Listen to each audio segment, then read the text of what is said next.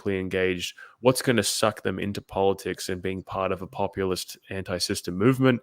It's going to be that their personal life is not actually going super great. It's going to be that they're struggling with cost of living, they're struggling with social alienation, and so on.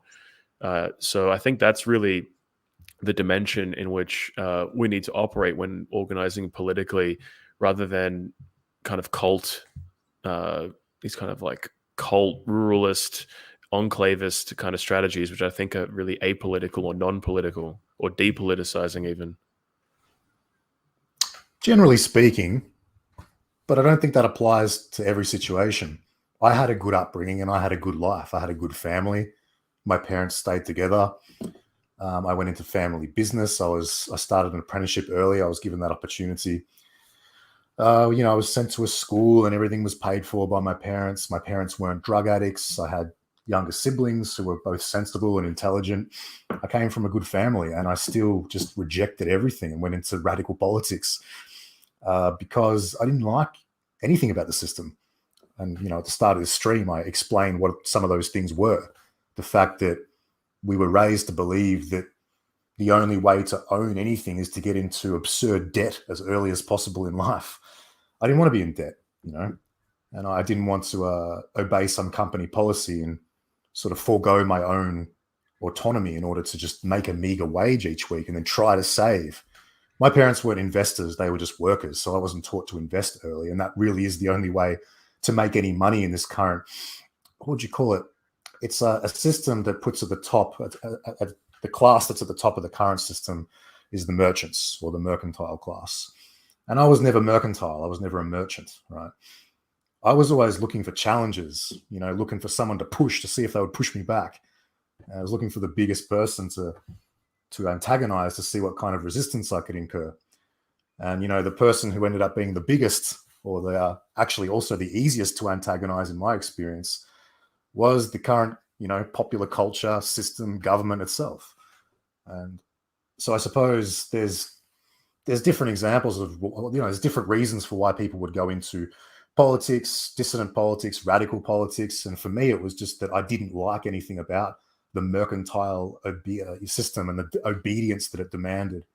To me, it was just, it was an intolerable system to live under. And I wanted to ruffle some feathers, shake things up, and see if I could induce some kind of change that would, perhaps result in some sort of society that would not just glorify swindlers, liars, and cheaters, people that are into marketing and sales, that maybe we could live in a country or a system, again, that would actually respect things like honor and strength, dignity, how conducting yourself with a high level of honor.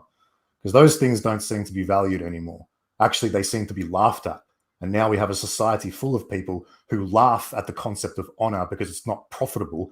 Then they act shocked when they find knives in their backs. I don't like anything about current regime. And so that's what pushed. And I come from a good family. I didn't really struggle, wasn't poor or anything. We weren't rich by any standards, but we also weren't poor. I actually went into crime first, I was in prison before I went into politics because I just didn't think anything was fair. And I developed my own rule set, and I followed my own rule set before I followed the law. This was when I was younger, obviously. So yeah, there's different reasons for why people go into it, I suppose.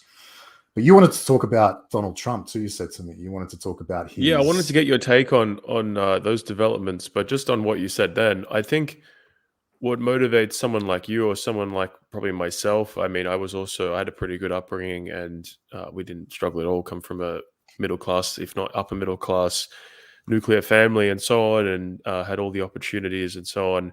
But I was always a radical individual from a very young age, always very interested in politics and outside of the box thinking, and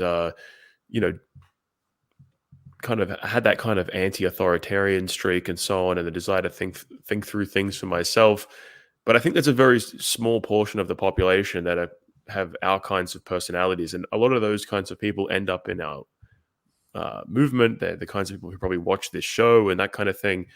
But when thinking about building mass movements, you're not going to be able to build a mass movement out of those kinds of people, because they're just simply, the majority of people are not like that. The majority of people just aren't as reflective. They aren't as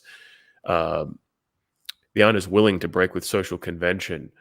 And so their kind of motivations are going to be different probably than the motivations of the initial kind of first movers on a radical movement, such as people like us.